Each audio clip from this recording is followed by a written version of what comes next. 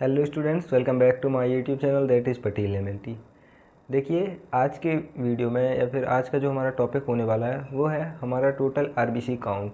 कि आज के इस वीडियो में हम सीखेंगे कि जो टोटल आरबीसी सेल्स होती हैं इनको हम कैसे काउंट करते हैं। ठीक, इसके पहले मैंने एक वीडियो अपलोड किया था। ठीक, वो हमने उसमें टोटल डब्ल्यूबीसी काउंट के बारे में अपलोड किया था कि जो टोटल डब्ल्यूबीसी सेल्स होती हैं ब्लड में प्रेजेंट, उनको आप कैसे मैनुअली रूप से काउंट करते हैं। ठीक, और आज का ये जो टॉपिक है, आज जो हमारा ये वीडियो बन रहा है, तो आज हम इसमें बताएंगे कि जो टोटल आरबीसी सेल्स होती हैं उनको आप कैसे मैनुअली रूप से काउंट करते हैं। ठीक है, तो चलिए हम बिना टाइम वेस्ट किए हुए आज का टॉपिक ये स्टार्ट कर देते हैं। ठीक, तो देखिए, सबसे पहले इंट्रोडक्शन में मैंने लिखा हुआ है the counting of blood cells manually with the help of microscope is not possible. ठीक, therefore to count the cell blood is diluted and placed in a special type of counting chamber. This technique is called haemocytometric counting. देखिए, तो क्या है कि जो हमारी total RBC sales होती हैं ब्लड में प्रेजेंट, ठीक, ब्लड में प्रेजेंट जितनी भी आरबीसी सेल्स होती हैं इनको सिर्फ माइक्रोस्कोप की हेल्प से मैनुअली रूप से हम काउंट नहीं कर सकते। ठीक, कि हमने स्लाइड बनाई, एक इस स्लाइड में इसमें तैयार की, उसको माइक्रोस्कोप में ऑब्जर्व करें और हम आरबीसी सेल्स को काउंट करें। ठीक, ये पॉसिबल ही नहीं है क्योंकि बहुत सारी आरबीसी सेल्स होती है। ठीक, आप एक ड्रॉप ब्लड लेंगे उसमें आपको बहुत सारी आरबीसी सेल्स दिखेंगी। ठीक, उनको आप काउंट नहीं कर पाएंगे। इसके लिए देखिए यहाँ पर क्या लिखा है, therefore to count the cell blood is diluted and placed in a special type of counting chamber. इसके लिए हम क्या करते हैं कि जो हमारा जो ब्लड सैंपल रहता है, सबसे पहले तो उसको हम डाइल्यूट करते हैं। ठीक, एक हमारे पास डाइल्यूटिंग फ्लूइड आता है, आगे आपको बताएंगे, ठीक है ना। तो उस डाइल्यूटिंग फ्लूइड के साथ सबसे पहले हम ब्लड को डाइल्यूट करते हैं एंड देन उस जो हमारा जो सॉल्यूशन बनता है डाइल्यूटिंग फ्लूइड और ब्लड को मिक्स करने के बाद उस सॉल्यूशन को हम एक स्पेशल टाइप के चैम्बर में रखते हैं। एक हमारा काउंटिंग चैम्बर होता है, उसमें रखते हैं, ठीक है ना। और फिर देन उसके बाद हम उस काउंटिंग चैम्बर को ऑब्जर्व करते हैं माइक्रोस्कोप में। ठीक, उसमें स्क्वायर्स बने होते हैं, उसमें ऑब्जर्व करेंगे जब हम माइक्रोस्कोप में काउंटिंग चैम्बर को, तब हमको दिखेंगे। ठीक, आप साइड में इमेज में देख लीजिए और आगे अभी उसके बारे में बता रहे हैं। ठीक, फिर जब आप उस चैम्बर को माइक्रोस्कोप के अंदर ऑब्जर्व करेंगे तो इस स्क्वायर्स में आपको बहुत सारे दिखेंगे। ठीक, उन स्क्वायर्स में आपको आरबीसी सेल्स को काउंट करना होता है। ठीक, तो ये जो टेक्निक होती है ब्लड को डाइल्यूट करने के बाद उसको सॉल्यूशन को, जो सॉल्यूशन हमारा तैयार हो रहा है, उस सॉल्यूशन को आप जब हीमोसाइटोमीटर में रखते हैं, चैम्बर में रखते हैं, तो उस चैम्बर की हेल्प से जब आप काउंट करते हैं तो उस टेक्निक को बोलते हैं हम हीमोसाइटोमेट्रिक टेक्निक। ठीक, या हीमोसाइटोमेट्रिक काउंटिंग। समझे बात को? आगे आपको इसके बारे में डिटेल से बताते हैं। ठीक, आज आपके सारे डाउट्स क्लियर हो जाने वाले हैं कि आरबीसी सेल्स को कैसे काउंट करते हैं, जो न्यू बार काउंटिंग चैम्बर रहता है उसमें कौन वाले स्क्वायर में करते हैं। इसके पहले मैंने डब्ल्यूबीसी सेल्स को काउंट करना बताया था कि जो न्यू बार चैम्बर रहता है उसके किस कॉर्नर, किस स्क्वायर में आप डब्ल्यूबीसी को काउंट करते हैं ना।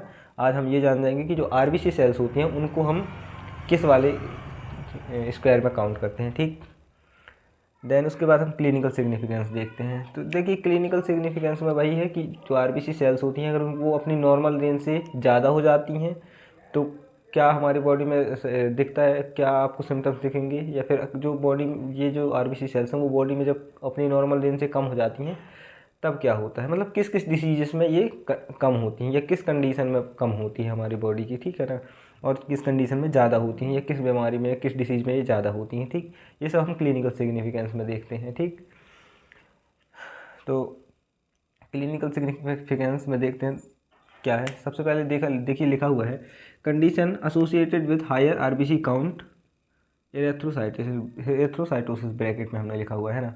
देखिए, जब जो आरबीसी सेल्स होती हैं वो अपनी नॉर्मल रेंज से इंक्रीज हो जाए। नॉर्मल रेंज कितनी, जैसे मान लीजिए 6 मिलियन। ठीक, एक मेल जो होता है उसमें 4.5 से 6.0 मिलियन पर क्यूबिक एमएम सेल्स रहती हैं, और एक फीमेल जो होती है उसमें 4.0 से 4.5 मिलियन पर क्यूबिक एमएम आरबीसी सेल्स होती हैं। ठीक है, तो जब आरबीसी सेल्स अपनी नॉर्मल रेंज से, ठीक, मतलब मेल में 4.0 मिलियन क्यूबिक एमएम से और जो फीमेल रहती है उनमें 4 मिलियन पर क्यूबिक एमएम से जब ज़्यादा होती हैं तो क्या होता है, या फिर किस कंडीशन में होती हैं, ठीक, ये किस डिसीज में होती हैं। तो देखिए, सबसे पहला है सिगरेट या फिर स्मोकिंग। जब कोई पर्सन या कोई भी पर्सन हो, अगर वो बहुत ज़्यादा स्मोकिंग कर रहा है, ठीक, सिगरेट ले रहा है, ठीक, स्मोक करेगा तो क्या होगा, उसकी बॉडी में जो आरबीसी सेल्स है उनका लेवल जो है, काउंट जो है इंक्रीज हो जाता है। दूसरा, डिहाइड्रेशन। डिहाइड्रेशन में ऐसा नहीं कि कम इंक्रीज हो जाता है लेवल, ठीक, ऐसा नहीं है। जब डिहाइड्रेशन होगा तो क्या होगा कि आपकी बॉडी में जो ब्लड प्रेजेंट रहेगा तो उस ब्लड में लिक्विड वाला पार्ट डिक्रीज हो जाएगा, तो आरबीसी काउंट आपको ऑलरेडी इंक्रीज दिखेगा, ठीक। जैसे एग्जांपल के लिए आप क्या कीजिए, एग्जांपल के लिए एक आपने बीकर लिया, उसमें आप क्या कीजिए, इस बीकर में आप 5 ml ब्लड वाटर डालिए, ठीक। 5 ml आपने वाटर डाल दिया, कितना, 5 ml आपने वाटर फिल किया। इसमें आप क्या कीजिए, चीनी डाल दीजिए, कितनी, 2 ग्राम, 2 ग्राम चीनी डाल दीजिए। तो अभी तो देखिए क्या है कि वाटर और चीनी का लेवल वाटर से थोड़ा ज़्यादा है। अब लेकिन अगर आप मान लीजिए इसमें 3 ml ही, इसमें आपसे आप क्या कीजिए, रिमूव कर दीजिए 4 ml वाटर, ठीक। 4 ml वाटर को आपने रिमूव किया तो क्या होगा, इसमें चीनी का अमाउंट आपको ज़्यादा दिखेगा, है ना।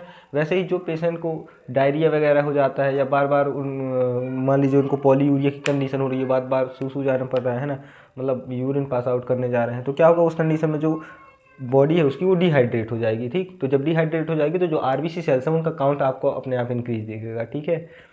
एंड देन उसके बाद क्या है, रीनल कार्सिनोमा। रीनल कार्सिनोमा एक ऐसी कंडीशन होती है जिसमें क्या होता है कि जो किडनी होती है उनमें कैंसर हो जाता है, ठीक। जब जब भी किडनी में कैंसर होता है तब उस कंडीशन को बोलते हैं रीनल कैंसर, ठीक। उस डिसीज़ को बोलते हैं रीनल कैंसर। इस कंडीशन में क्या होता है, जो आरबीसी सेल्स हैं वो इंक्रीज हो जाती हैं, ठीक। उसके बाद है congenital heart disease. Congenital heart disease में भी जो आरबीसी सेल्स हैं उनका लेवल इंक्रीज होता है। And then polycythemia vera. इसके पहले भी मैंने जब टोटल ल्यूकोसाइट काउंट पढ़ा रहा था तब भी मैंने बताया था पॉलीसाइथेमिया वेरा क्या होता है। पॉलीसाइथेमिया वेरा एक ऐसी कंडीशन होती है जिसमें क्या होता है कि जो हमारी जो बोन मैरो रहती हैं वो ओवर प्रोडक्शन करने लगती हैं आरबीसी सेल्स का, ठीक है। या फिर जो उसके अंदर हीमोग्लोबिन प्रेजेंट रहता है वो भी इंक्रीज होने लगता है, ठीक। तो उस कंडीशन को हम बोलते हैं polycythaemia vera. Certain drugs like gentamicin and ethyl dopa, है ना। तो देखिए जो जेंटामाइसिन होता है ये एक प्रकार का एंटीबायोटिक्स होता है जिसको हम इन्फेक्शन को कंट्रोल करने के लिए पेशेंट को देते हैं, या फिर जो पर्सन लेते हैं वो इसको लेते हैं। एंड देन है मेथाइल डोपा। तो ये एक प्रकार के ऐसे मेडिसिन होते हैं जो बीपी को कम करने के लिए करते हैं, ठीक है ना। हाई बीपी को लो करने के लिए, मेंटेन करने के लिए हम इस मेथाइल डोपा को देते हैं, ठीक। ये ड्रग्स क्या करती है, जो ब्लड वेसल्स है उनको रिलैक्स कर देती है, ठीक। तो बीपी जो है थोड़ा सा डाउन होता है, ठीक। एंड उसके बाद और एक चीज़ और, ये जो कंडीशन होती है जब आरबीसी सेल्स अपनी नॉर्मल रेंज से ज़्यादा हो जाती हैं बॉडी में, तो उस कंडीशन को हम बोलते हैं एरेथ्रोसाइटोसिस, ठीक। इस चीज़ को, ये पॉइंट को आप नोट कर लीजिएगा कहीं साइड में। एंड उसके बाद क्या लिखा है, condition associated with lower RBC count. तो ऐसी कौन सी कंडीशन है या कौन सी डिसीज़ है जिसमें जो आरबीसी सेल्स है वो डिक्रीज हो जाती हैं, ठीक है ना। अच्छा एक चीज़ और, इसका मैंने वो नहीं लिखा, ठीक। अगर ये कम हो जाती है तो क्या बोलते हैं, इस कंडीशन में जब भी आरबीसी सेल्स कम हो जाती हैं तो इसको हम बोलते हैं एरेथ्रोसाइटोपेनिया, एरेथ्रोसाइटोपेनिया, ठीक। तो देखिए कम कम कब होगी, तो देखिए जब भी पेशेंट को एनीमिया हुआ, किसी भी प्रकार का एनीमिया है, तो एनीमिया में क्या होता है, जो आरबीसी सेल्स होती हैं वो डिक्रीज हो जाती है। एनीमिया एक डिसीज़ होती है, मैंने एनीमिया के बारे में इसके पहले भी बताया है कि एनीमिया एक ऐसी डिसीज़ होती है जिसमें क्या होता है, जो आरबीसी सेल्स है वो अपनी नॉर्मल रेंज से बहुत कम हो जाती हैं, ठीक है ना। तो उस कंडीशन को या उस डिसीज़ को बोलते हैं एनीमिया। वो किसी भी वजह से हो सकती हैं, ठीक। आरबीसी का फॉर्मेशन नहीं हो रहा है, आरबीसी का ब्रेकडाउन जल्दी जल्दी हो रहा है, या फिर एक्सीडेंट हो गया तो ब्लड का लॉस हो गया, मतलब किसी भी ऐसी कंडीशन में जिसमें आरबीसी की कमी हो जाए उस कंडीशन में उस डिसीज़ को हम बोलते हैं एनीमिया। दूसरा है bone marrow failure. Bone marrow failure में कैसे होगा, देखिए अब जहाँ से आरबीसी सेल्स का फॉर्मेशन हो रहा था, प्रोडक्शन हो रहा था, अगर वहीं में उसी में कुछ एबनॉर्मेलिटी आ जाएगी तो आरबीसी काउंट डिक्रीज होगा, कॉमन सी बात है, ठीक। क्या है, बोन मैरो से ही आपकी आरबीसी सेल्स का फॉर्मेशन होता है, ठीक। अब बोन मैरो में ही कि कोई एबनॉर्मेलिटी आ गई या बोन मैरो फेल हो गई तो क्या होगा, वहाँ से आरबीसी सेल्स का प्रोडक्शन है जो डिक्रीज हो जाएगा या फिर बिल्कुल भी नहीं बनेगा, ठीक। एंड देन उसके बाद क्या है, इरेथ्रोपोइटिन डेफिशिएंसी। इरेथ्रोपोइटिन डेफिशिएंसी क्या है, इरेथ्रोपोइटिन, देखिए इरेथ्रोपोइटिन जो होता है यह एक हार्मोन होता है जो कि हमारी जो किडनी होती है उससे रिलीज होता है, ठीक है। ये क्या करता है, ये जो होता है ये बोन मैरो को स्टिमुलेट करता है। स्टिमुलेट मतलब उत्तेजित करता है, किसके लिए, आरबीसी सेल्स के प्रोडक्शन के लिए। अब मान लीजिए इरेथ्रोपोइटिन हार्मोन ही डिक्रीज हो जाएगा तो क्या होगा, आरबीसी सेल्स का फॉर्मेशन जो भी है वो भी जो डिक्रीज हो जाएगा, है ना। उसके बाद लिखा प्रेगनेंसी। तो प्रेगनेंसी के टाइम पे कॉमन सी बात है, ठीक, कि प्रेगनेंसी के टाइम पे जो आरबीसी सेल्स है वो डिक्रीज होंगी ही, है ना, क्योंकि गर्भ में बच्चा रहता है ना, तो उसको भी आरबीसी सेल्स की रिक्वायरमेंट पड़ती है, तो वहाँ भी जाती हैं, तो इसलिए आरबीसी वहाँ भी डिक्रीज होती हैं। देन इसके बाद है इंटरनल और एक्सटर्नल ब्लीडिंग। इंटरनल और एक्सटर्नल ब्लीडिंग कौन कौन सी, जैसे कि देखिए आपको, जैसे पेशेंट को बवासीर वगैरह होता है, उसमें ब्लड का लॉस होता है, ठीक, स्टूल के साथ अकल्ट ब्लड जा रहा है, ठीक, छिपा हुआ ब्लड जा रहा है, पेशेंट को पता नहीं चल रहा है, तो वो कहलाती है इंटरनल ब्लीडिंग, ठीक। या फिर मान लीजिए जो इंटेस्टाइन होते हैं उनमें कोई पॉलिप्स ब्लीडिंग हो रही है, ठीक, अंदर ही अंदर ब्लड बह रहा है, पेशेंट को पता नहीं चल रहा है, तो क्या होगा, उस समय आरबीसी सेल्स की कमी हो जाएगी। दूसरी बात एक्सटर्नल ब्लीडिंग, जैसे पेशेंट का एक्सीडेंट हो गया तो बहुत सारा ब्लड का लॉस हो जाता है ना, तो इस कंडीशन में भी जो ब्लड है वो लॉस हो जाएगा, तो आरबीसी सेल्स डिक्रीज हो जाएंगी। देन उसके बाद क्या लिखेगा, न्यूट्रिशन डेफिशिएंसी। न्यूट्रिशन डेफिशिएंसी में देखिए including deficiency in iron, copper, folate, vitamin B12 and B6। देखिए अब क्या है, ये सारे के सारे जितने भी न्यूट्रिशन होते हैं ये आरबीसी के फॉर्मेशन के लिए बहुत रिस्पॉन्सिबल होते हैं, ठीक। इनके बिना आरबीसी सेल्स का फॉर्मेशन होगा ही नहीं, ठीक। तो जब भी मान लीजिए इन न्यूट्रिशन में किसी एक की भी कमी होती है तो आरबीसी का जो है काउंट जो है वो हमारे ब्लड में डिक्रीज होगा, क्योंकि उस समय आरबीसी का फॉर्मेशन होना कम हो जाएगा, ठीक। इसलिए जब भी न्यूट्रिशन, इन सभी में से किसी एक न्यूट्रिशन की भी कमी होती है तो उस समय क्या होता है कि जो आरबीसी सेल्स है वो डिक्रीज हो जाती हैं, ठीक। ये थी हमारी कुछ clinical significance. And normal range की बात करें तो मैंने अभी बताया था, मेल में 4.5 से 6.0 मिलियन पर क्यूबिक mm एंड फीमेल में 4.0 से 4.5 मिलियन पर क्यूबिक mm होता है, ठीक। इसके बाद अब हम थोड़ा सा देख लेते हैं कि इसको काउंट करने के लिए हम किस प्रिंसिपल पे काउंट करते हैं, ठीक। प्रिंसिपल, रिक्वायरमेंट, प्रोसीजर, ये सब चीज़ें आगे देखते हैं। ओके, आई होप यहाँ तक आपको समझ में आ गया होगा, ठीक। अब हम देखते हैं इसका प्रिंसिपल कि हम कैसे काउंट करेंगे, ठीक, किस सिद्धांत पे काउंट करेंगे। तो देखिए प्रिंसिपल पे लिखा हुआ है, the blood specimen is diluted usually 200 times with red cell diluting fluid. This diluted blood is placed in a hemocytometer. The cells are counted under proper magnification over the specified area of hemocytometer. देखिए सबसे पहले हम क्या करते हैं कि जो हमारा ब्लड स्पेसिमेन रहता है उसको हम डाइल्यूट करते हैं 200 टाइम, ठीक। किसके साथ, जो हमारा आरबीसी डाइल्यूटिंग फ्लूइड रहता है, ठीक, उसको 200 टाइम हम ब्लड के साथ डाइल्यूट करते हैं। कैसे करते हैं वो अभी हम आगे प्रोसीजर में बता देंगे आपको, ठीक। एंड ये जो हमारा डाइल्यूटेड ब्लड रहता है जिसको हमने डाइल्यूट किया था अभी, ठीक, आरबीसी डाइल्यूटिंग फ्लूइड के साथ, उस डाइल्यूटेड ब्लड को हम क्या करते हैं, हीमोसाइटोमीटर में रखते हैं, ठीक। ये लिखा है ना, प्लेस इन अ हीमोसाइटोमीटर। रखने के बाद क्या करते हैं, मतलब फिल करते हैं, ठीक, बताएंगे कैसे। उसके बाद हम क्या करते हैं कि जो हमारी आरबीसी सेल्स होती हैं उनको हम माइक्रोस्कोप की हेल्प से काउंट कर लेते हैं न्यूबार चैम्बर के एक स्पेसिफिक एरिया में, ठीक। न्यूबार चैम्बर में आरबीसी को काउंट करने के लिए एक स्पेसिफिक एरिया होता है, ठीक। आप इमेज में देख सकते हैं बाजू में। ऐसे डब्ल्यूबीसी को काउंट करने के लिए साइड में कॉर्नर में 4 स्क्वायर होते हैं, ठीक है। अभी आगे सब बताएंगे डिटेल से, ठीक। इसके बाद देखते हैं रिक्वायरमेंट्स, ठीक। रिक्वायरमेंट्स में देखिए लिखा हुआ है, for RBC counting following equipment are require. मतलब आरबीसी को काउंट करने के लिए हमें कुछ निम्नलिखित इक्विपमेंट की रिक्वायरमेंट पड़ती है, ठीक। जैसे देखिए आरबीसी डाइल्यूटिंग फ्लूइड लगेगा, दूसरा आरबीसी पिपेट, आप इमेज में देखते जाइए साइड में, हीमोसाइटोमीटर, ठीक, माइक्रोस्कोप एंड ब्लड सैंपल, ठीक।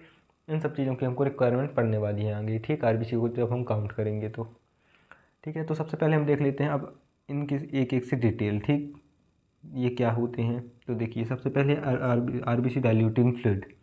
आरबीसी डाइल्यूटिंग फ्लूइड क्या होता है, देखिए आरबीसी आर अबाउट 5 मिलियन पर cubic mm of blood. Counting this much number is highly impossible, therefore the blood sample is diluted with the help of RBC diluting fluid. It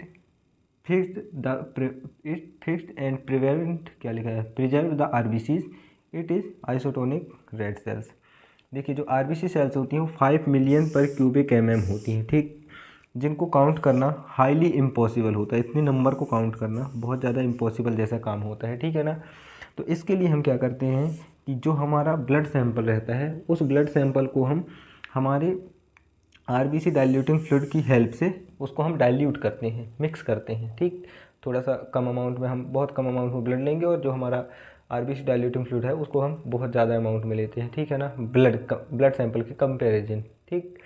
और उसको हम dilute करते हैं, फिर उस सॉल्यूशन को हम क्या करते हैं, हीमोसाइटोमीटर में रखते हैं, ठीक। अभी डाइल्यूट हम क्यों कर रहे थे, इससे होता क्या है कि सबसे पहला कि ये जो ये आरबीसी डायल्यूटिंग फ्लूइड रहता है, इसकी विशेषता ये रहती है कि ये जो आरबीसी सेल्स होते हैं उनको प्रिजर्व करके रखता है, ठीक। दूसरी बात ये होती है कि आइसोटोनिक सॉल्यूशन होता है। आइसोटोनिक सॉल्यूशन मतलब, आइसोटोनिक सॉल्यूशन हाइपरटोनिक, हाइपोटोनिक आपने सुना होगा। देखिए बताते हैं आपको। आइसोटोनिक सॉल्यूशन एक ऐसा सॉल्यूशन होता है जो सेल के अंदर जो लिक्विड प्रेजेंट रहता है उसको ना ही बाहर आने देता है और ना ही सेल के बाहर जो सॉल्यूशन है उसको सेल के अंदर आने देता है। जैसे देखिए, एक बीकर है, बीकर में आपने कोई भी लिक्विड भरा है, ठीक है ना। इसके अंदर एक सेल बना दीजिए, ठीक। तो इस सेल के अंदर जितना भी वॉल्यूम में लिक्विड भरा होगा ना तो वो सेल के बाहर जाएगा, ठीक।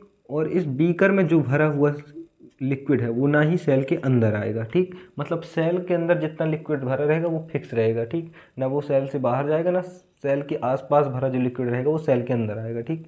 तो ये विशेषता रहती है। ऐसे सॉल्यूशन को हम बोलते हैं आइसोटोनिक सॉल्यूशन, ठीक। अब आप हाइपरटोनिक और हाइपोटोनिक सॉल्यूशन को आप कमेंट में बताइए क्या होते हैं, ठीक। ज़्यादा है तो उसके ऊपर फिर हम बाद में एक वीडियो बना देंगे, ठीक है।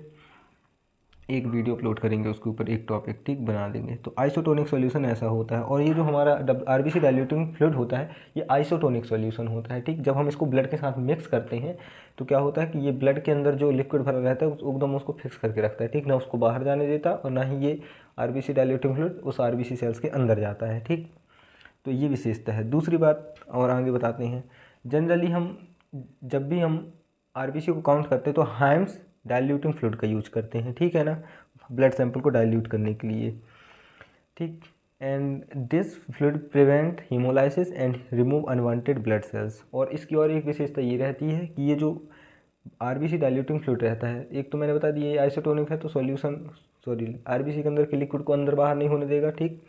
दूसरी बात ये रहती है कि आरबीसी जो सेल्स हैं वो जब उनको टूटने से रोकता है, ठीक, उनके ब्रेक डाउन होने से उनको रोकता है, बचाता है, प्रिवेंट करता है। एंड और तीसरी बात ये है कि जो अनवांटेड ब्लड सेल्स रहती हैं हमारे ब्लड में उनको भी ये रिमूव कर देता है, ठीक, मतलब हटा देता है। जैसे आरबीसी, डब्ल्यूबीसी और प्लेटलेट को हटा देगा, ठीक, रिमूव कर देगा। तो होगा क्या कि हमको जब हम माइक्रोस्कोप में ऑब्जर्व करेंगे तो हमको सिर्फ आरबीसी सेल्स दिखेंगी, है ना, जिससे कि हम उसको ईजिली ऑब्जर्व करके काउंट कर पाएंगे। समझे बात को। इसके बाद हम नेक्स्ट जो है उनको देखते हैं, ठीक है ना। अब हम देख लेते हैं आरबीसी पिपेट के बारे में, ठीक, जानते हैं कि आरबीसी पिपेट क्या है, कैसी होती है। तो देखिए आरबीसी पिपेट जो है इसके अंदर हमने लिखा हुआ है RBC pipette is graduated to give dilution 100 और 1:100 और 1:200। It has bottom marked with 0.5 and 1 and top is marked 101 है ना 101। It has a round bulb containing red bead. A rubber tube is attached to the top for sucking blood and RBC diluting fluid, ठीक। इसके बारे में देखते हैं थोड़ा सा। देखिए आरबीसी पिपेट कैसी होती है उसको उसका डायग्राम बनाते हैं। सबसे पहले आप बाजू में देख लीजिए, बाजू में भी है ना।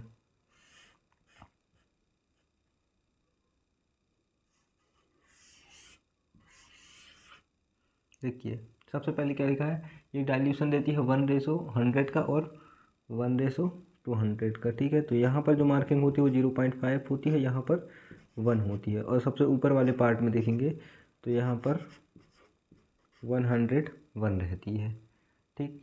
तो देखिए जब आप ब्लड सैंपल को 0.5 मार्किंग तक लेते हैं, ठीक, एंड देन इसी पिपेट में आप आरबीसी डाइल्यूटिंग फ्लूइड को 101 मार्किंग तक लेते हैं तो क्या होगा कि ये जो डाइल्यूशन बनता है ये 1:200 का बनता है, ठीक। अभी दिमाग से देखिएगा, ठीक, भटकना नहीं है।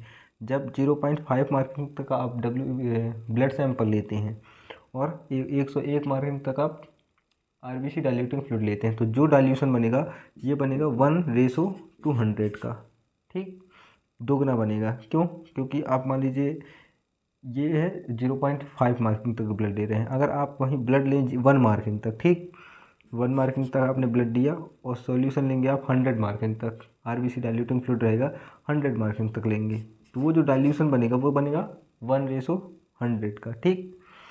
लेकिन अगर 0.5 मार्किंग तक आप ब्लड लेंगे और 101 मार्किंग तक आप आरबीसी डाइल्यूटिंग फ्लूइड तो जो सॉल्यूशन बनेगा वो 200 बनेगा, ठीक, 1:200 का। क्योंकि ये जो आरबीसी डाइल्यूटिंग फ्लूइड है वो जाएगा उसके कंपेरिजन जो ब्लड है बहुत ज़्यादा आधा हो जाएगा, है ना, डाइल्यूट हो रहा है क्योंकि यहाँ पर ठीक है। और आप अगर 1 मार्किंग तक लेंगे, 101 मार्किंग तक आरबीसी डाइल्यूटिंग फ्लूइड लेंगे तो ये 10 टाइम 100 टाइम डाइल्यूट हो रहा है, समझे बात को। और इसके बाद फिर क्या लिखा हुआ है, इसकी मार्किंग तो वही है, नीचे 0.5 मार्किंग एंड 1 मार्किंग रहती है, ठीक, दोनों मार्किंग।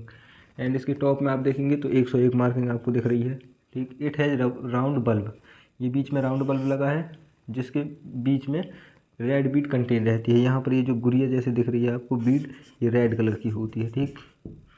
एंड क्या लिखा है, a rubber tube is attach to the top for sucking, और इसके पीछे एक रबर ट्यूब लगी होती है, ठीक, ये सक करने के लिए होती है। जब आप इसको दबाएंगे, टिप को ब्लड में डिप करेंगे और इसको छोड़ेंगे तो ब्लड इसके अंदर ड्रॉ हो जाएगा, ठीक, फिल भर जाएगा।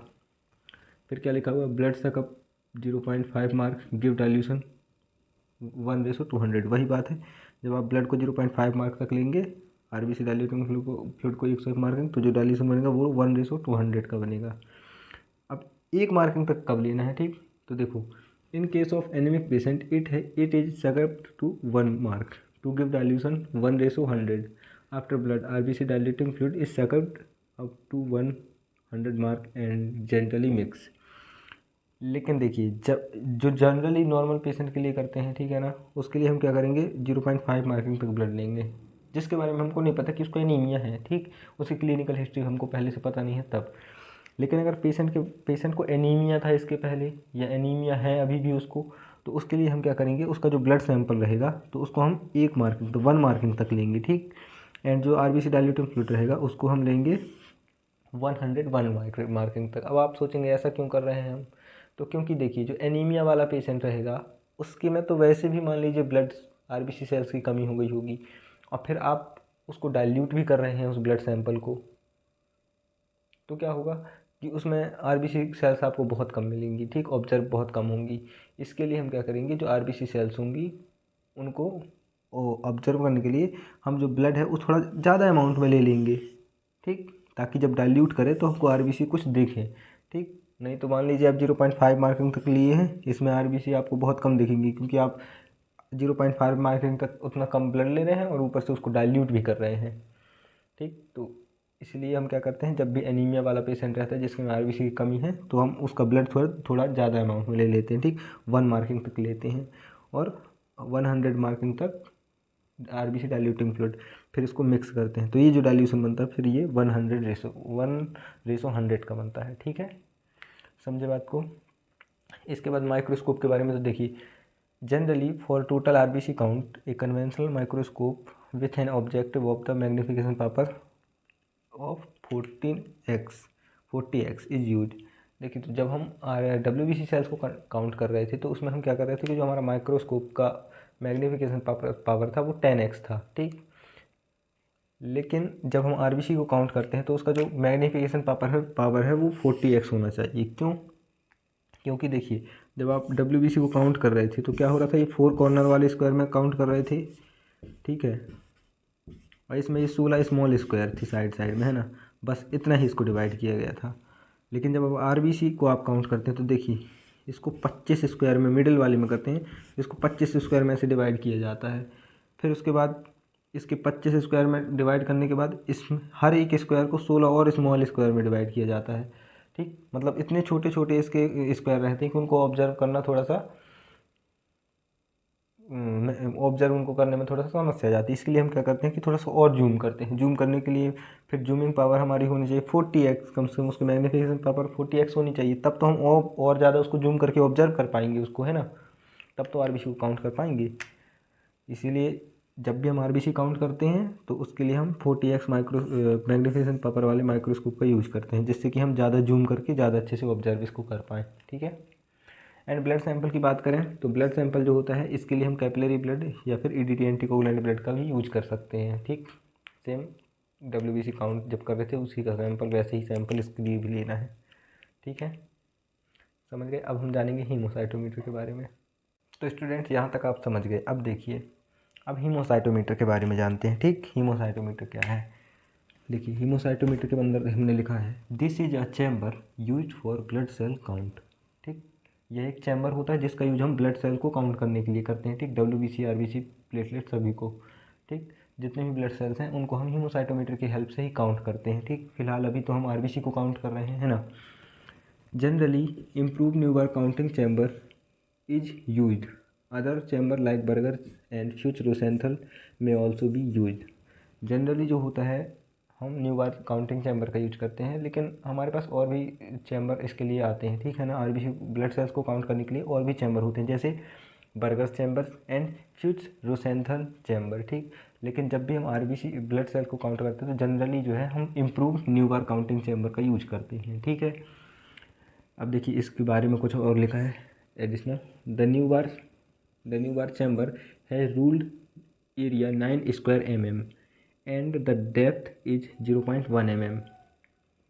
ठीक, देखिए तो जो न्यू बार काउंटिंग चैम्बर होता है स्लाइड की तरह ही होता है, जैसे स्लाइड दिखती है वैसे ही, लेकिन इसकी थिकनेस थोड़ा सा ज़्यादा होती है। इसकी थिकनेस होती है 4 mm। ठीक है, अब देखिए जो न्यू बार काउंटिंग चैम्बर होता है स्लाइड की तरह होता है, लेकिन बीच में प्लस के जैसे निशान बना होता है। उस प्लस के निशान को जब आप ऑब्जर्व करेंगे तो आपको कुछ ऐसा स्क्वायर शो होंगे। ठीक है ना।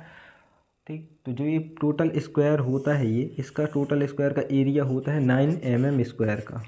कितना?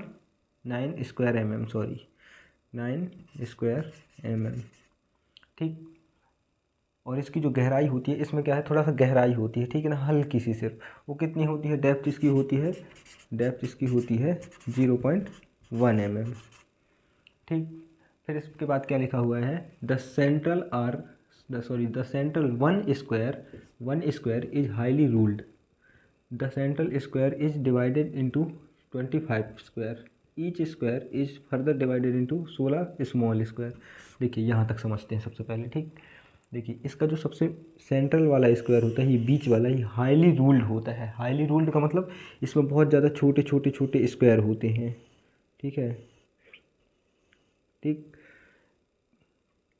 इसलिए इसको बोलते हैं कि सेंट्रल का जो एक स्क्वायर होता है बीच वाला, ये वाला स्क्वायर, ये बहुत ज़्यादा हाईली रूल्ड होता है। ठीक, और इसके अंदर लिखा हुआ है फिर इसके बाद the central one square is divided into 25 square. अब देखिए कैसे होता है हाईली रूल्ड, क्योंकि देखिए जो मिडिल वाला इसका स्क्वायर होता है, आप इमेज में भी देखिए, ये मिडिल में देखिए 25 स्मॉल स्क्वायर रहते हैं। 1 2 3 4 5, 1 2 3 4 5, 25 स्मॉल स्क्वायर इसमें होते हैं। ठीक, एक स्क्वायर बड़ा वाला हो गया, उसके अंदर 25 और स्मॉल स्क्वायर हैं। ठीक है, उसके बाद देखिए, उसके बाद ईच स्क्वायर मतलब जितने भी 25 स्क्वायर हैं उनको आगे फर्दर और डिवाइड किया गया है 16 स्मॉल स्क्वायर में।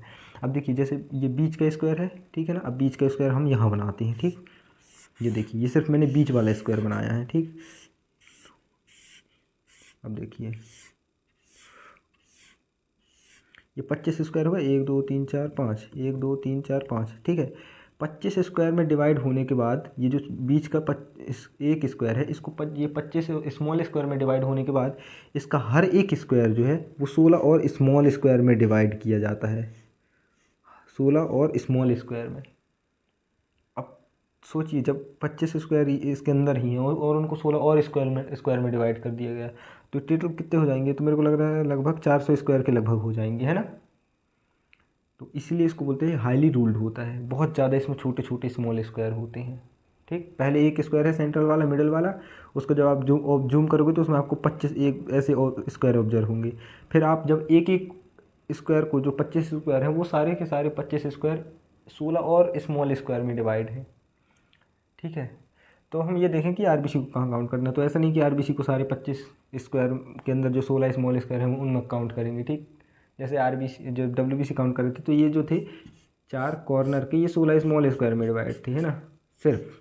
फिर इसके बाद ये डिवाइड नहीं थी, फिर उनमें हम डब्ल्यूबीसी को काउंट कर रहे थे। लेकिन ये जो है बीच वाला सिर्फ एक स्क्वायर 25 स्मॉल स्क्वायर में डिवाइड है। फिर आगे वो जाके और 16 और स्मॉल स्क्वायर में डिवाइड होते हैं हर एक स्क्वायर से। ठीक, फिर देखिए उसके बाद क्या लिखा है? फॉर आरबीसी काउंट, मतलब आरबीसी काउंट करने के लिए देखिए, for RBC count, count the RBC in each corner and one central square. ठीक, आरबीसी को काउंट करने के लिए ये 4 कॉर्नर के स्क्वायर का यूज करते हैं। ठीक है, और एक ये सेंट्रल वाला स्क्वायर यूज करते हैं, बीच वाला। ठीक, एग्जाम्पल हमारे हो गए कितने? टोटल 5 स्क्वायर हो गए, है ना, 4 कॉर्नर के और एक बीच वाला स्क्वायर। ठीक, अब ये as each square is further divided into 16 small square the area to be counted is 16 × 5 is equal to 18 small square. देखिए मैंने तो ये बताया कि ये जो हर 25 स्क्वायर हैं ये सारे 16 स्मॉल स्क्वायर में डिवाइड है ना। लेकिन जब हम आरबीसी को काउंट करेंगे तो हम सिर्फ 5 स्क्वायर में करेंगे। कौन कौन से? 4 कॉर्नर वाले और एक बीच वाला, ठीक, मिडल वाला जो रहेगा। तो ये जो 4 किनारे के थे और एक बीच का रहा था इस, तो ये जो और इस स्क्वायर होते हैं ये और ये 16 स्मॉल स्क्वायर में डिवाइड होते हैं ना। तो 16 इसके हो गए, 16 इसके, 16 इसके, 16 इसके, 16 इसके, तो 16 पंचे 80 हो गया है ना। 16 इंटू करेंगे तो आएगा आपका 80 है ना। तो 80 स्मॉल स्क्वायर में आपको टोटल आरबीसी सेल्स को काउंट करना है, ठीक है। वैसे तो ये 25 के 25 ही हर एक स्क्वायर में आपको 16 स्मॉल स्क्वायर ऑब्जर्व होंगे, ठीक है। लेकिन सिर्फ आपको ये कॉर्नर के 4 और एक मिडिल वाले में काउंट करना है, ठीक। और इसके अंदर जो 16 और स्मॉल स्क्वायर हैं उन सभी में, ठीक है। 16 इसके अंदर 16 स्क्वायर हैं, उनके उनके अंदर जितने आरबीसी हैं उनको 16 इसके अंदर है, 16 इसके अंदर, 16 स्क्वायर इसके अंदर, 16 स्क्वायर इसके अंदर। तो जो टोटल हमारे 80 स्मॉल स्क्वायर हुए इनमें आरबीसी को काउंट करते हैं, ठीक। समझ गए? ये था हीमोसाइटोमीटर के बारे में, ठीक। एरिया कहाँ पर हम आरबीसी सेल्स को काउंट करते हैं। अब हम आगे प्रोसीजर देखेंगे, ठीक है। तो देखिए प्रोसीजर में सबसे पहले क्या करना है, असेंबल ऑल द इक्विपमेंट। सबसे पहले आपको प्रोसीजर स्टार्ट करने के पहले जो जो चीज़ों की रिक्वायरमेंट आपको पड़ने वाली है उन सब चीज़ को आप एक जगह इकट्ठा करके रख लें, ठीक। जहाँ आपको टेस्ट करना है, जहाँ भी आप काउंट कर रहे हैं उस एरिया में, ठीक। उसके बाद सबसे पहले क्या करना है आपको, draw the blood directly from finger puncture और EDT anticoagulant blood into RBC pipette up to 0.5 marking. उसके बाद आपको क्या करना है, थोड़ा सा इसको साफ करते हैं। उसके बाद आपको करना क्या है, देखिए उसके बाद आपको आपकी जो आरबीसी पिपेट रहेगी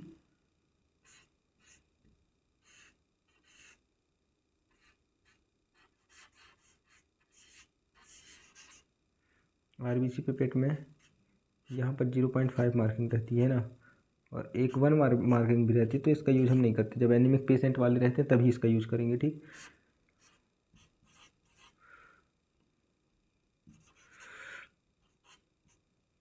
ठीक, जब तो क्या करेंगे, सबसे पहले हम या तो फिंगर पंक्चर करेंगे या फिर ईडीटी एंटीकोगुलेंट ब्लड लेंगे और उसको हम 0.5 मार्किंग तक ब्लड को फिल करेंगे, ठीक। कैसे करेंगे, थोड़ा सा इसको प्रेस करो और इसकी टिप को ब्लड स्पेसिमेन में डुबाओ, या फिर आप जब फिंगर में ब्लड निकलने लगे फिंगर से तो फिंगर में से टच करो, ठीक। फिर इसको थोड़ा सा जिसका जो रबर रहे उसको थोड़ा थोड़ा छोड़ते जाओ, ठीक। तो क्या होगा, ब्लड इसके अंदर सक हो जाएगा, फिल हो जाएगा, ठीक। उसके बाद क्या करना है, wipe off the tip of pipette. इसकी पिपेट को वाइप करना है, मतलब पोंछना है। क्यों? क्योंकि to remove extra blood if present, जब इसमें अगर एक्स्ट्रा ब्लड प्रेजेंट हो तो इसका जो टिप रहे आरबीसी पिपेट का उसको आप वाइप ऑफ कर दीजिए, पोंछ दीजिए, ठीक। किसी पूछेंगे, कपड़े से नहीं, इन्फेक्टेड हो सकता है, ठीक। आप किसी कॉटन का यूज कर सकते हैं या टिश्यू पेपर का यूज कर सकते हैं, ठीक। Then immediately draw up to the RBC diluting fluid up to 101 marking. Then जैसे ही आप 101 0.5 मार्किंग तक आपने ब्लड को फिल किया, उसके बाद आप क्या कीजिए, इसकी टिप को वाइप ऑफ कीजिए। वाइप ऑफ करने के बाद आप इमीडिएटली 101 मार्किंग तक आप क्या कीजिए, आरबीसी डाइल्यूटिंग फ्लूइड को फिल कीजिए, ठीक। ड्रॉ कीजिए इस पिपेट के अंदर, उसी पिपेट के अंदर जिसमें आपने ब्लड लिया है, ठीक। उसके बाद now rotate the pipette so gently so that the diluting fluid and RBC blood gets mixed properly। उसके बाद जैसे ही आपने पिपेट में 0.5 मार्किंग तक ब्लड लिया एंड 101 मार्किंग तक उसी पिपेट में आपने आरबीसी डाइल्यूटिंग फ्लूइड लिया, उसके बाद आप क्या कीजिए, ऐसे जेंटली पिपेट को मिक्स कर लीजिए। उससे होगा क्या कि जो आपकी आरबीसी पिपेट थी उसके अंदर जो ब्लड था और जो आपने आरबीसी डाइल्यूटिंग फ्लूइड लिया था वो दोनों प्रॉपरली मिक्स हो सकेंगे, ठीक। एंड अब इसके बाद इसके जो आगे के पॉइंट है वो आगे हम आपको बताते हैं, ठीक है। ठीक, इतना करने के बाद आपको 0.5 मार्किंग तक ब्लड एंड 101 मार्किंग तक आरबीसी डाइल्यूटिंग फ्लूइड फिल करने के बाद उसको अच्छे से मिक्स करने के बाद आपको क्या करना है, इसके बाद आपको चैम्बर की तैयारी करना है, ठीक। न्यू बार चैम्बर की, न्यू बार चैम्बर में आपको क्या करना है, देखिए लिखिए है, place the cover slip in position over the ruled area of chamber. जो चैम्बर रहता है उसका जो रूल्ड एरिया रहता है उसको पूरी तरह से कवर करना है कवर स्लिप की हेल्प से, ठीक।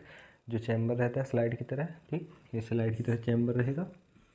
इसका ये जो रूल्ड एरिया रहता है जहाँ पर ये बना होता है स्ट्रक्चर, चैम्बर पूरा बना होता है मैन, इसके ऊपर आपको कवर स्लिप को रखना है, ठीक। इसके बाद क्या लिखा है, once again mix the solution thoroughly by rotating the pipette. उसके बाद आपको फिर से एक बार पिपेट को रोटेट करना है, ठीक। चैम्बर में फ्लूइड को भरने से पहले एक बार फिर से फिल कर रोटेट कर लेना है। अब देखिए क्या करना है। इसके बाद रोटेट करने के बाद आपको क्या करना है, now applying slight pressure on the rubber tube of pipette for expel out the 1 drop of diluted solution and second drop is in hanging position. देखिए ये जो आपकी पिपेट रहेगी, ठीक है,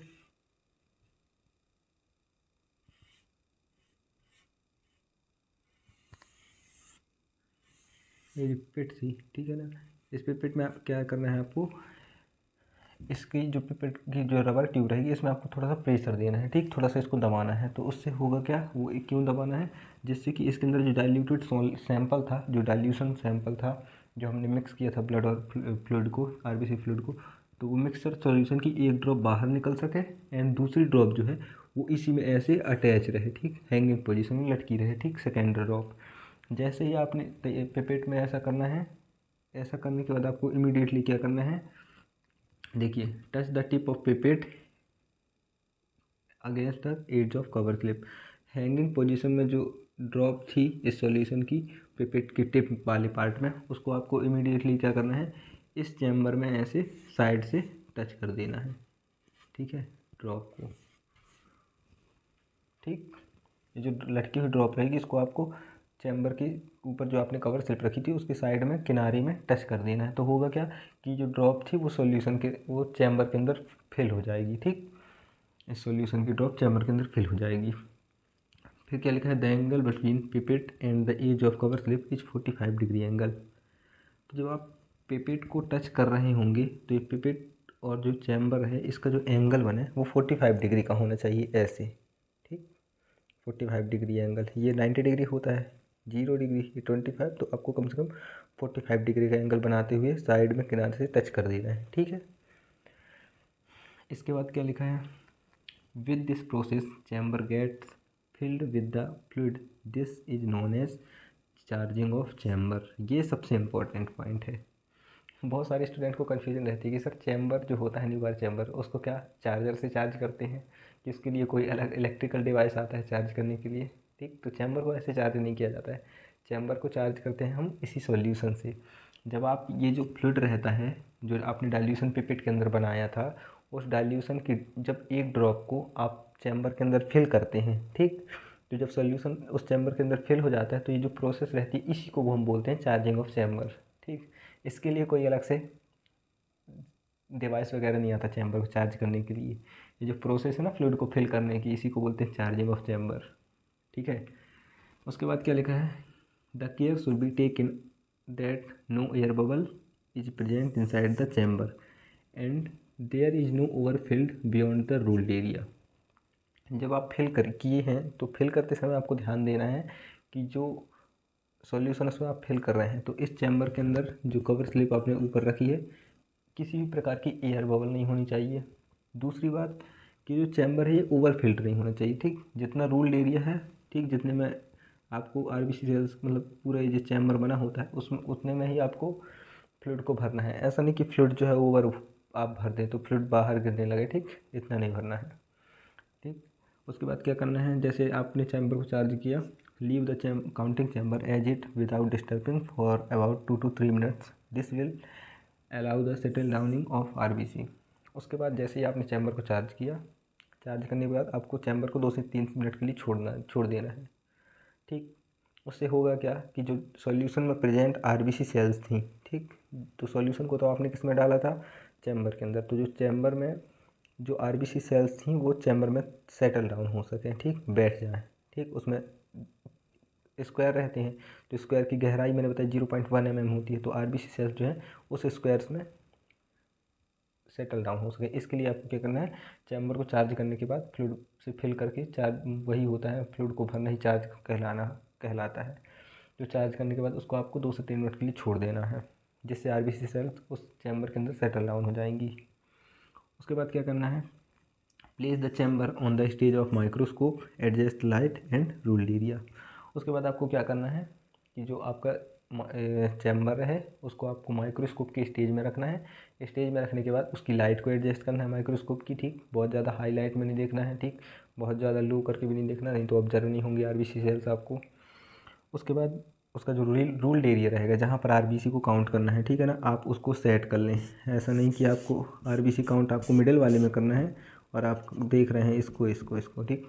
इसको ये रूल्ड एरिया जो रहता है आरबीसी को काउंट करने वाला, उसको ऑब्जर्व करना है, एडजस्ट यही तो करना है, लाइट को और रूल्ड एरिया को। उसके बाद क्या लिखा है, now count the RBC cells in central 5 square, 4 corner and 1 central square. These 5 squares are subdivided into 16 small square. वही हो गया 16 पंचे 80 है ना, 80 इक्वल टू 80, ठीक। क्या करना है, ठीक। ये जो मिडल वाला स्क्वायर रहेगा एक स्क्वायर, तो मैंने इसको अभी बताया था है ना, मिडल वाला आप ऊपर बना दिए, तो मिडल वाला जो स्क्वायर रहता है, तो मिडल वाले में 5 स्क्वायर को काउंट करना है। मिडल के 5 स्क्वायर कौन कौन से, 4 कॉर्नर वाले और एक बीचों बीच जो प्रेजेंट रहता है इसमें, ठीक। अब ये जो 5 स्क्वायर रहते हैं इसको मैंने बताया कि ये 16 और स्मॉल स्क्वायर में डिवाइड रहते हैं। तो टोटल आपको 80 स्मॉल स्क्वायर में आपको आरबीसी सेल्स को काउंट करना है, ठीक। एक एक करके आप सारे 80 स्क्वायर में आप काउंट कर लीजिए। काउंट करने के बाद इसको काउंट करेंगे तो ऐसा नहीं कि इसमें आप 5-6 मिलियन आरबीसी सेल्स काउंट कर लें, है ना। 5-6 मिलियन आरबीसी को काउंट करना एक तो मुश्किल है बहुत ज़्यादा, तो इसको कैलकुलेट नहीं कर पाएंगे, काउंट नहीं कर पाएंगे। इसलिए इसमें जितनी आरबीसी सेल्स आ रही हैं उन आरबीसी सेल्स को हम एक कैलकुलेशन फार्मूला रहता है उसकी हेल्प से हम कैलकुलेट कर लेते हैं, तब निकलती हैं हमारी 5 मिलियन 6 मिलियन जितने भी पेशेंट में आरबीसी सेल्स प्रेजेंट होंगी, ठीक है। इसमें 5 मिलियन नहीं होंगी, इसमें लगभग आप जब काउंट करेंगे तभी पता चलेगा, ऐसे क्या बता दें, ठीक है। उसके बाद देखते हैं कैसे कैलकुलेट करना है। ये था हमारा प्रोसीजर, ये सब चीज़ ख़त्म हो गया, ठीक। अब हम देखेंगे कि हमको कैलकुलेशन कैसे करना है, ठीक। तो कैलकुलेशन करने के लिए आपको कुछ फैक्टर्स पता होने चाहिए, जैसे आपने कितने सेल्स को काउंट किया, जो 80 स्क्वायर थे उसमें आपने कितने सेल्स को काउंट किया, ठीक। मतलब 4 कॉर्नर वाले एक मिडिल का, उनको भी 16 और स्मॉल स्क्वायर में डिवाइड किया तो 16 पंचे 80 हो गया है ना। 80 स्क्वायर में आपने कितनी आरबीसी सेल्स काउंट की। उसके बाद आपका डाइल्यूशन फैक्टर कितना था, 200 था, है ना। 200 टाइम आप डाइल्यूट कर रहे थे ब्लड को। चैम्बर की गहराई 0.1 mm थी। एरिया काउंटेड 1/5 था। कैसे ये हुआ, देखिए, तो जो सेंट्रल वाला स्क्वायर था उसको 25 स्क्वायर में डिवाइड किया गया था, है ना। 25 में से आप 5 स्क्वायर में काउंट कर रहे थे, है ना, तो कर देते हैं 25 स्क्वायर टोटल थे, बीच में 5 था, 5 एकम 5 पचम 25, तो हो गया 1 इज इक्वल टू 1/5। सिंपल सी बात, कैसे, देखिए ये मिडिल वाला एक चैम्बर बनाए, इसके अंदर देखिए 1 2 3 4 5 3 1 2 3 4 5 1 2 3 4 5 25 स्क्वायर है। 25 में से आप एक ये ले रहे थे, एक ये एक सेंटर वाला, 1 2 3 4 5, 25 में से 5 ले रहे हैं तो उसको काट दीजिए, 25 हो गया, है ना। 5 एकम 5 25, तो 1/5 आ गया। या फिर आप ऐसे भी कर सकते हैं कि एक ये पूरा सेंट्रल वाला हो गया, सेंट्रल में से आप 5 स्क्वायर को कर रहे थे तो एक स्क्वायर ये लिख दीजिए पहले, उसके बाद आप अपॉन में करके 5 स्क्वायर लिख दीजिए। ये याद करने के लिए है, बाकी ऐसा नहीं है, ठीक। ये एक अच्छा ट्रिक है बस, कि आप एक सेंट्रल वाला स्क्वायर ले रहे थे, लो एक सेंट्रल वाला ले लिए, अपॉन करके सेंट्रल के अंदर 5 और स्क्वायर ले रहे थे तो करके 5 भी लिख दो, है ना। देखिए, तो कैलकुलेशन ये है आपका फॉर्मूला। टोटल आरबीसी काउंट करने के लिए सबसे पहले जितनी आप आरबीसी लिख रहे हैं उसका नंबर यहाँ पर लिख दीजिए, ठीक। उसके बाद डाइल्यूशन फैक्टर आपका 200 था। एरिया काउंटेड आपका कितना था, 1/5, है ना, 5 कर दीजिए। डेप्थ ऑफ चैम्बर 0.1 mm, ये यहाँ पर बना दिए, ठीक। जितनी भी सेल्स के नंबर आते हैं उसको यहाँ पर लिखिए, 200 × 200 अपॉन एरिया काउंटेड, आपने कितना था area counted 1/5 into 0.1 mm new chamber की गहराई थी, उसको कर दीजिए। इसके बाद यहाँ पर कैलकुलेशन फार्मूला में उतार देना है। अब जब नंबर आपके जितने भी आए आप उसको काउंट कीजिए, यहाँ पर लिखिए, उसके बाद आगे आप कैलकुलेट कर लीजिए, तो उससे आपकी बॉडी में 4 मिलियन, 6 मिलियन, 5 मिलियन, कितनी मिलियन आरबीसी हैं, या फिर पेशेंट की जिसका आप कर रहे थे आरबीसी काउंट, उसको में कितने मिलियन आरबीसी सेल्स थी, वो आपको पता चल जाएंगी। ओके, तो फ्रेंड्स ये था आज का हमारा टॉपिक। हमने इसमें आज जान लिया आरबीसी काउंट कैसे करते हैं, न्यूबार चैम्बर में किस वाले पार्ट में करते हैं, चैम्बर के बारे में भी हमने डिस्कस कर लिया प्रॉपरली। ठीक, आई होप आज का वीडियो आपको पसंद आया होगा, टॉपिक पूरा समझ में आया होगा। अगर अब वीडियो अच्छा लगा हो आज का, तो वीडियो को लाइक करें, चैनल को सब्सक्राइब करें, ताकि और भी जो आने वाले आगे के लेक्चर हैं वो आप तक, उनका नोटिफिकेशन आप तक जल्द से जल्द पहुँचे। ठीक, और यहाँ तक अगर कहीं कोई कन्फ्यूजन रह गई हो तो आप कमेंट बॉक्स में ज़रूर पूछें। ठीक, उसका आंसर आपको ज़रूर दिया जाएगा। Okay, thanks for watching.